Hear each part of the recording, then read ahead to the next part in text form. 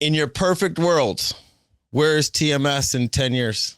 Everywhere in people's and in their primary care offices.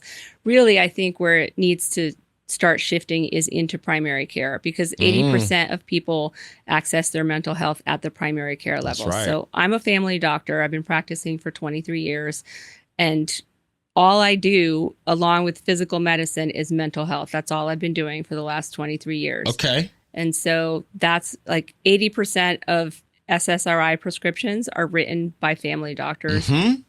primary care, I should say. Also, that includes internal medicine, OBGYN, and pediatrics. So we are the front lines of mental health. Yeah. Very rarely do people ever get to a psychiatrist, never mind that it's so hard to access them these days. Mm. So that's where it really needs to start shifting. And that's where we're going to see a big paradigm shift once we get into primary care spaces. And that's my mission.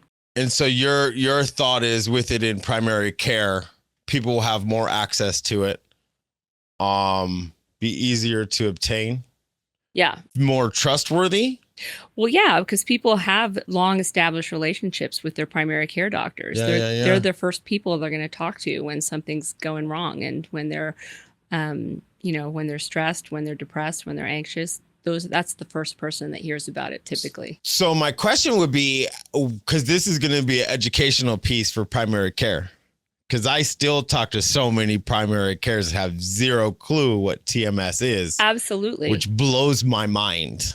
I was one of those doctors 5 years ago. Okay. What made that shift for you? I actually heard about it through a friend of mine who was having one of her friends who was suicidal was being treated with TMS. And I was just really intrigued as to what it was. And she connected me with the people that were doing that treatment. And it happened to be one of the world's leading experts in TMS, Dr. Jonathan Downer. Mm, And he was my mentor, and I've learned okay. so much from him over the last several years. And I owe him a huge debt of gratitude for just teaching me everything I know. And he's pretty amazing. So how do we educate these doctors? How do we bring these doctors to our side? Oh, Right? yeah, it's just that's a great question. I think it's forums like this where we're talking about what it is and that it's safe.